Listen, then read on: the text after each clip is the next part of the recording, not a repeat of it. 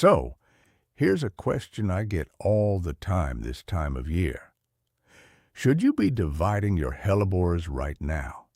And more importantly, are you fertilizing them at the wrong time and not even realizing it? I'm going to walk you through everything today because fall and late winter is actually one of the best times to work with these incredible plants. Let's get into it.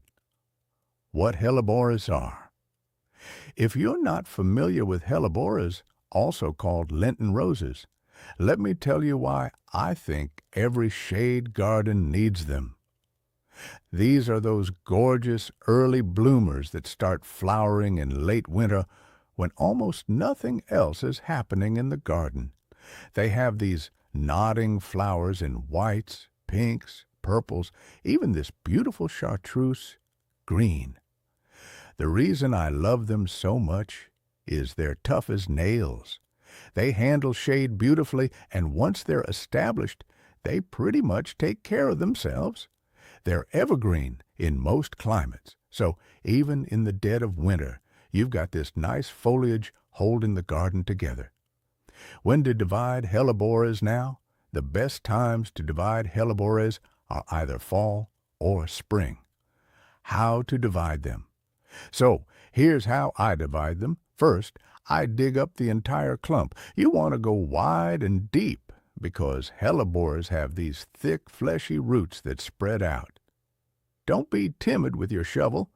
Once it's out of the ground, I gently shake off the soil so I can see what I'm dealing with.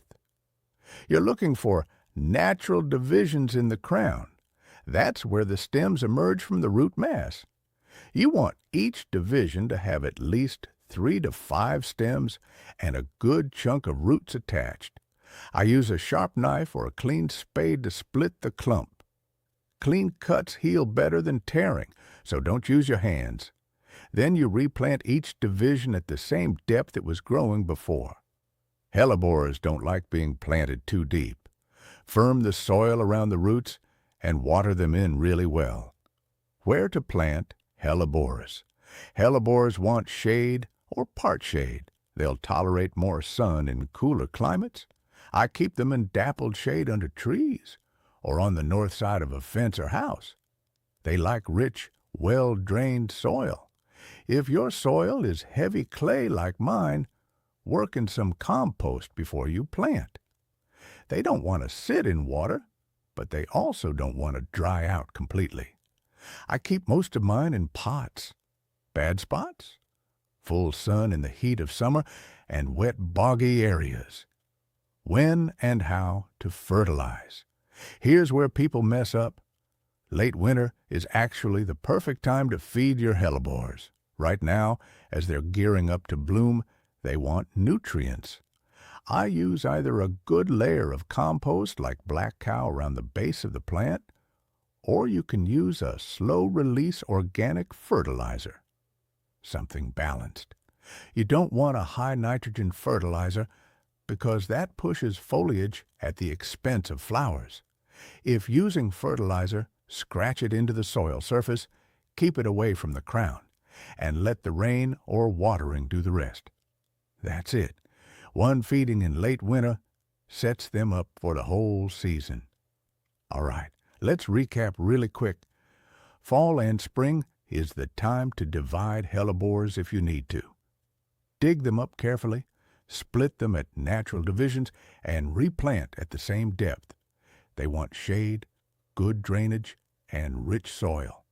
And feed them right now in late winter or early spring with compost or a balanced, slow-release fertilizer to support those blooms. If you found this helpful, I'd love it if you'd subscribe to the channel.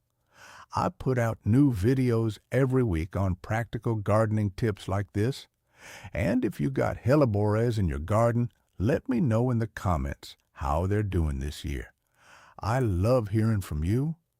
All right, I'll see you in the next one. Happy gardening.